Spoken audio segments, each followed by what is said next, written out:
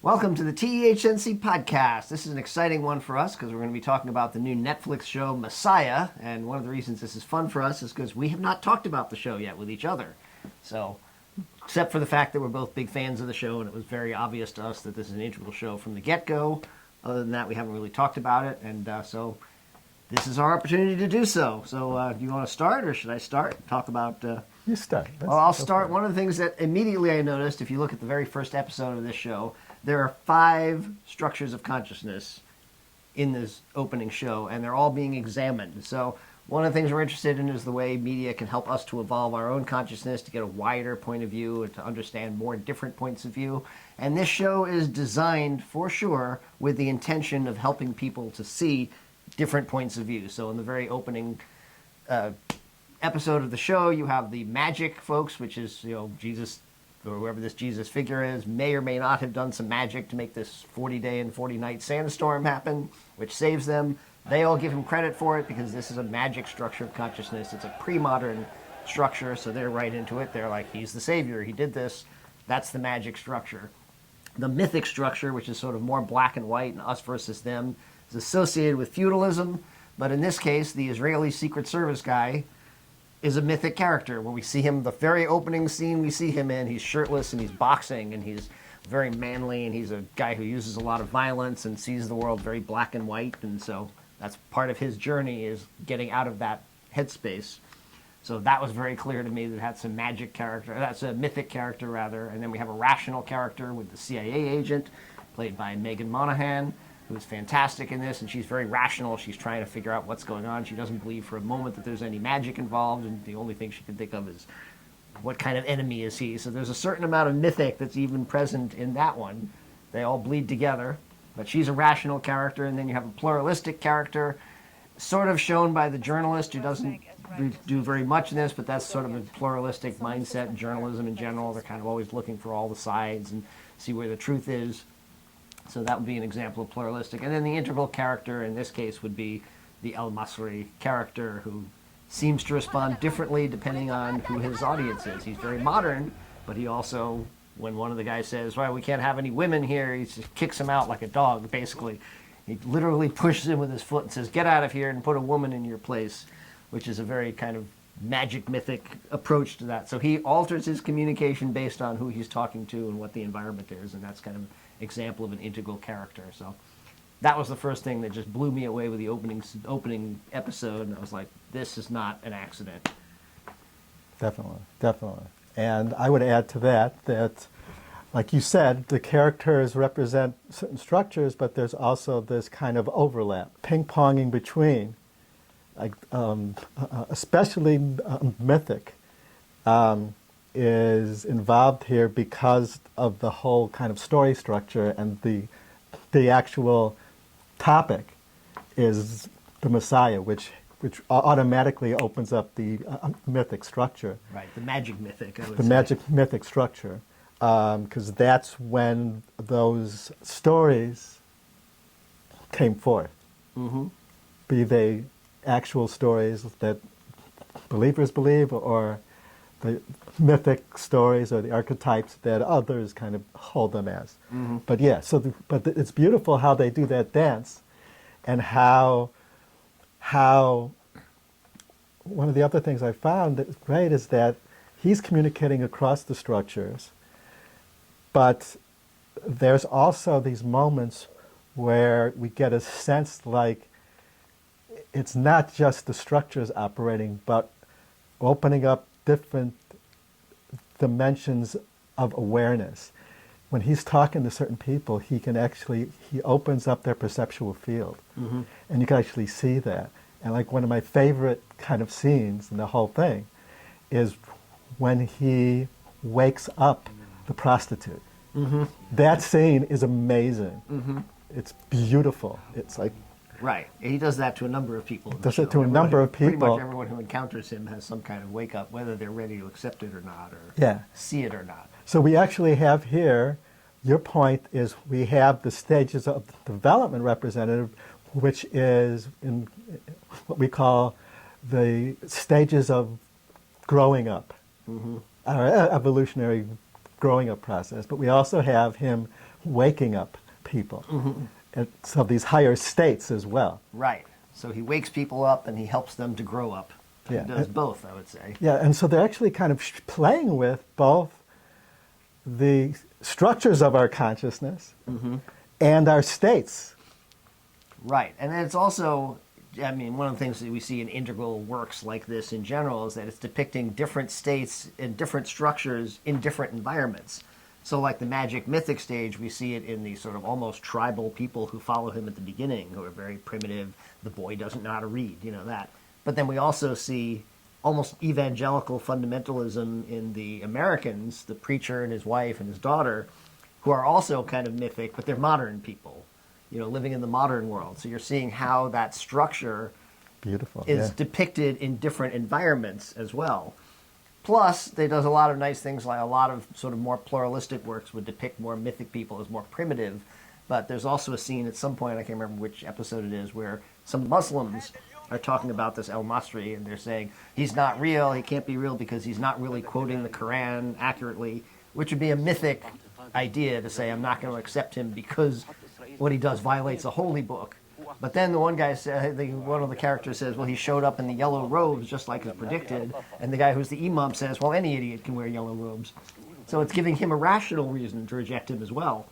So it's connecting the mythic to the rational. Yes. Because nobody is all mythic, nobody is all rational, nobody is all pluralistic.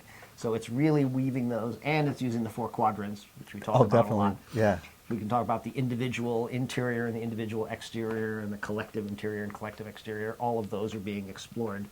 Yeah, this is another important point here, because what we're seeing here and what we're seeing in another work that we're analyzing right now, which is The Expanse. But they're both doing this very similar thing in that the story itself is ping-ponging between the quadrants in like this weaving web. So you're going from the personal, interpersonal, to the global, back to the personal, back to the, and it's like boom, boom, boom, and it's really this kind of great training for our consciousness to be ping-ponging between these domains. These different perceptual domains. And what they're doing is the story trajectories, the story through lines are weaving through the different quadrants. So while we're ping-ponging across these domains, it's a solid flow of the story, which is a wonderful kind of, again, consciousness training for us. Right. So we're seeing, like, the Megan Monahan character, the CIA agent, how she's very rational, but we're also seeing where her wound is, where her primal wound is, and how that's affecting how she relates to people around her, you know, personally and professionally. Yeah. And she even talks mythically. I mean, she even says everything is black and white, right and wrong. Right. So she even actually kind of... So she's expressing the mythic construct from a rational perspective. She's a rational character because the rational industrial structure is where Intel comes from, you know, using all the latest technology to track someone all around the globe, you know. So Here's a great example here. Her character, at this point, is my sense from what I've seen in the show and how she was portraying it, is that she used to probably be pretty much rational and maybe even had some pluralistic. But as she had experiences as a CIA agent and faced all this stuff, right, well, the murder of her husband. and the murder of her husband and all this, she's fallen back into mythic. And it's a great kind of example of that kind of dynamic and how we could regress with trauma. Right, and how it closes her heart space in a way. So her heart space is closed. So all these things, and then what was I thought brilliant about the show is that it really doesn't quite take a stand on whether he's really a messiah or not, or what he is. There's a few points in which, I mean, obviously the ending where he brings people back to life is suggesting that he has powers, but they're all saying he's just a guy. He's a guy from Iran who studied with this dude and grew up with his father was a magician, so he knows about trickery. So it kind of played that line very nicely, I thought, and yet nothing he did in his behavior towards anybody was anything other than holy, you know, in a way. Not necessarily the Messiah, but a holy man, you know. Yeah, definitely. And in a way, there is, my sense is the way it's expressing itself. what I'm sensing is that this is coming at this from an integral perspective. So it's now coming at the way this could unfold would be something we haven't seen before in a Messiah story. And that is it's focusing on this concept, this more integral or transpersonal idea of the Messiah, that the story of Jesus is he was actually a man who achieved a higher state of consciousness and spoke from our collective self called the Christ.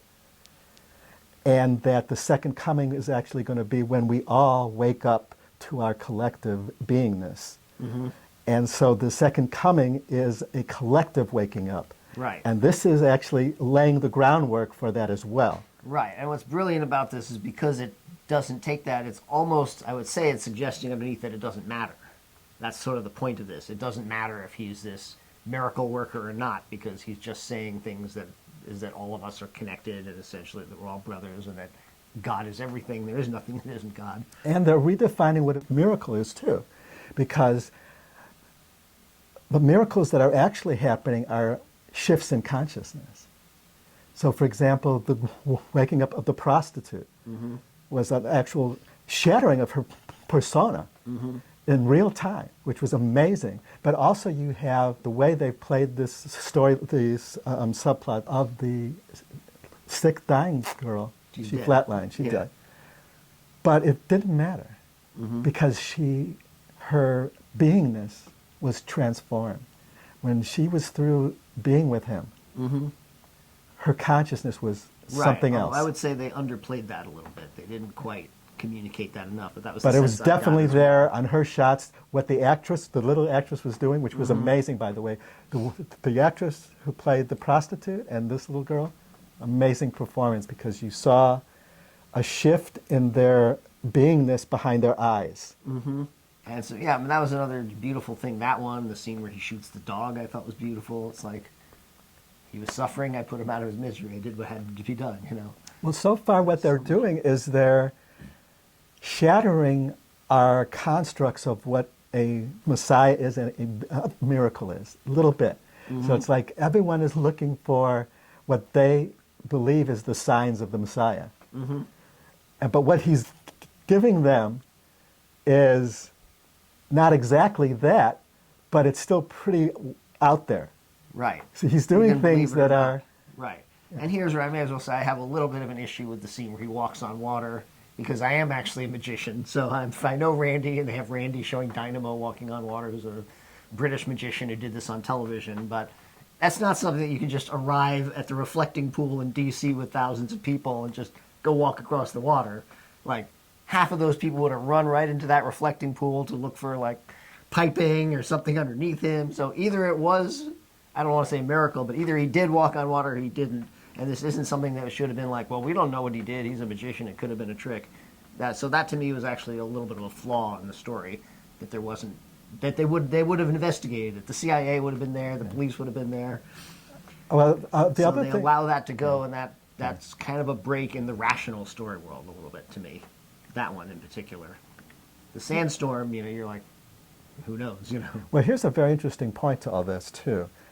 While they're laying down the logic part, like showing us that he might not be the Messiah, that this could all be a big hoax.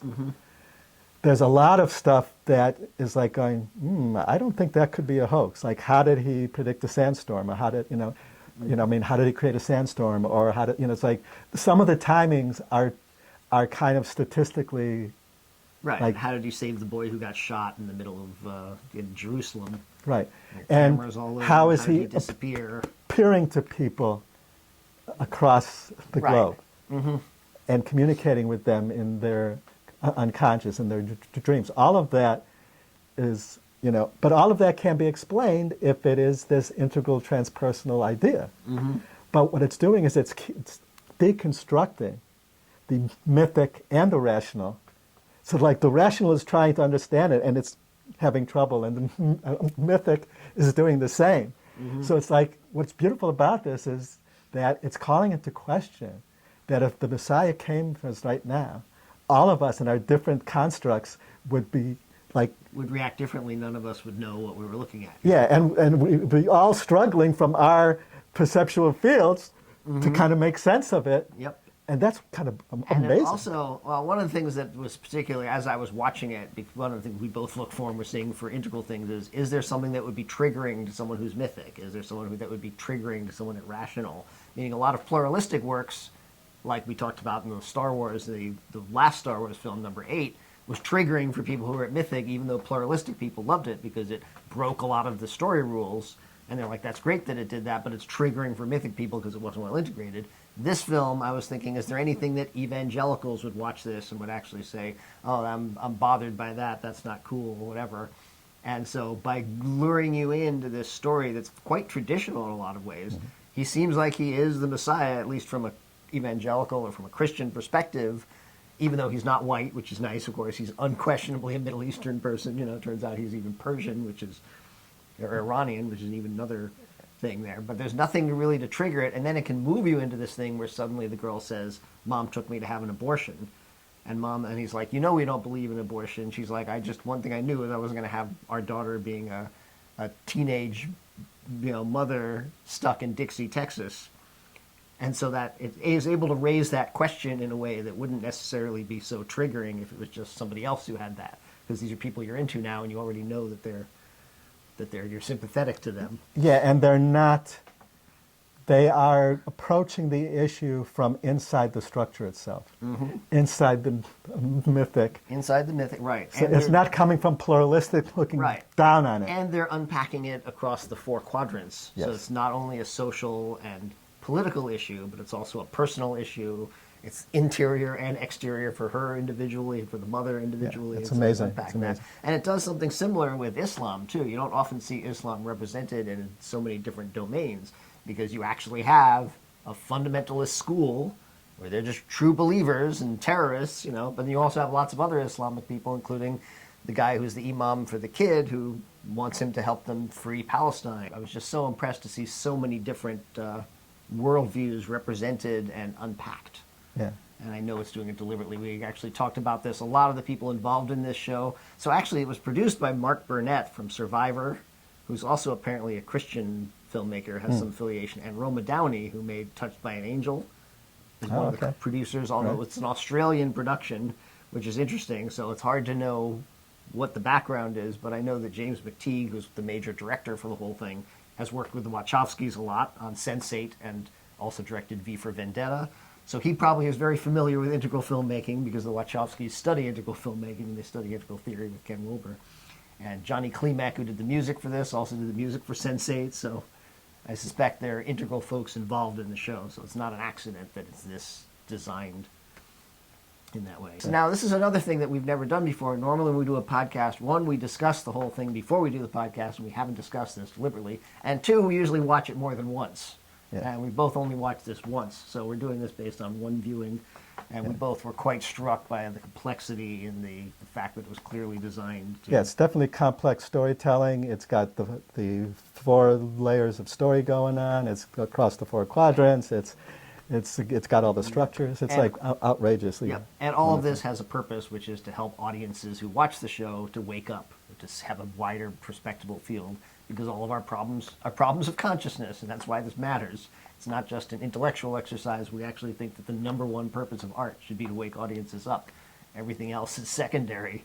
Although obviously if you don't have a good plot, no one's going to watch it, so it's going to fail. But all of that is secondary to the purpose of communicating with the audience in a way that helps them to have a more evolved view of the world, a wider perspective, deeper, broader. In general, I think we agree that this was an incredibly integral, complex work. Yes. That's doing, I think, pretty groundbreaking in terms of the portrayal of that moment of awakening of consciousness. Mm-hmm. So I think this is for me, this is like the major kind of contribution that this work is giving us, is it really is beautifully showing us the transition to a global consciousness. Not just a global consciousness, but we're actually watching a construct field being dissolved and expanded. Which construct field? So the prostitute, her persona, Right.